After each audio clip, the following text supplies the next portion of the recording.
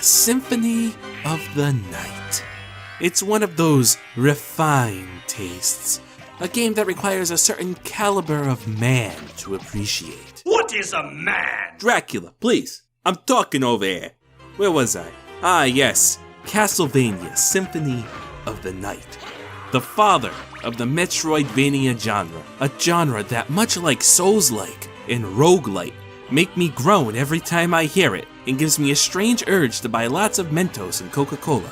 Just call it a platforming exploration heavy action RPG, guys. It's really not that hard. Yeesh. Jokes aside, I decided to revisit one of my favorite Castlevania games this October, and let me tell ya, this game still holds up. The music is fantastic. The animations are crisp. The sprites are gorgeous. In fact, the sprites were so good they reused them over and over until Castlevania became nothing more than a miserable pile of secrets. But that doesn't change the fact that Symphony of the Night was a real game changer when it came out and is still an example of masterclass game design to this day. Everywhere you go, there's something to do. New enemies to fight, new abilities to gain, the 15th billion sword to find. Can't get to this area? That's cool. Go over here, go get the bat ability, which you need the mist ability for, and then go back to this rock and go in one side as a wolf and then back through as a bat to open a secret door to find a sword that turns enemies into gems so you can grind to buy the overpriced duplicator that you don't need because at that point you could buy more items than you'll ever realistically need to use since you beat the game already for the duplicator to be purchasable in the first place. The amount of exploration open to you is awe-inspiring to say the least considering it's a map on a 2D plane.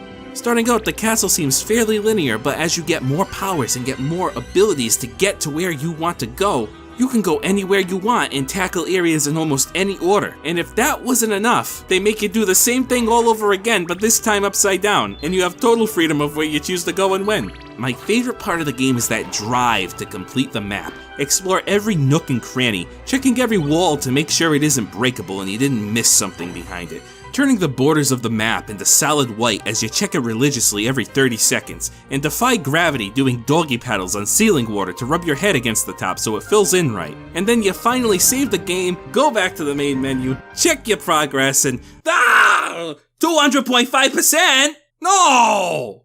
What did I miss? And then you stare at the map, scouring it for hours as blue and white slowly merge into the same color while you trace the outlines of the castle trying to find that stray gap and your brain begins to melt. Then you check the internet and cross-reference that map with yours, and of course it isn't any of the commonly missed rooms that you forgot. No, that would be too easy. That's when you break out the arcane and forbidden practice of taking screenshots of the two maps in your game, cutting them out, layering them on top of each other in an image manipulation program, and systematically begin segmenting them and coloring them in to be sure you don't check the same area twice, only to realize you were a fucking idiot and forgot the tiny side room in the anti-chapel that has nothing in it anyway. Oh, my mistake! I didn't even talk about the enemies in this game, huh? Shout out to my boy Slogarin Gaibon who went from hard as fuck in Super Castlevania 4 to being the easiest bosses in the game, and then getting demoted to literal jobber status after that, something they never actually recovered from. For some reason, the enemy that I associate the most with Symphony of the Night,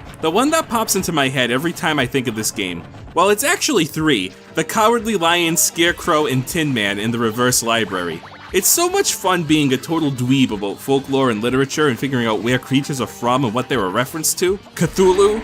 That'd be a Lovecraft for 500, Alex. Ooh, ape skeleton, huh? More like lawsuit that surprisingly never happened. Gorgon? That's Greek. What is this, amateur hour? Give me a tough one. Sniper of Goth, huh? Like the guy who killed Theodoric, leader of the Visigoths at the Battle of Chalons between the Western Roman Empire and the Huns in 451 AD? Tui. I'm a Lorik? That's so obscure! Or how about that succubus, the wicked demon from Abrahamic religions that takes the form of a beautiful woman to seduce and prey upon mortal men and attempts to do the same in the form of our protagonist's mother? No! You're not my mother! What kind of demon are you? Ew. God damn it, Freud was a mistake. Wait a minute. I lied. My absolute favorite thing is the Master Librarian and the fact that he never shuts the fuck up. Thank you. Dude, you don't need to say something every time I buy from you. Farewell for now. And then when you beat Symphony of the Night, you open up even more ways to play. How about trying Luck Mode, where all your stats are shit? but your item drop rate almost makes up for the fact that the first 8 minutes of your playthrough will be pure hell. Or you can play as Richter Belmont in an environment that clearly was not designed for the way he controls. Or you can play as an axe armor, just because. Why not?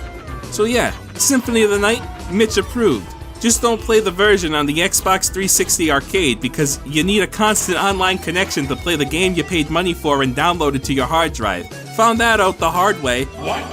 Okay, this video is a shameless ad for my Symphony of the Night Let's Play on my second channel. Feel free to watch if you want. Be warned, technical difficulties abound and I am unprofessional at all times, as always.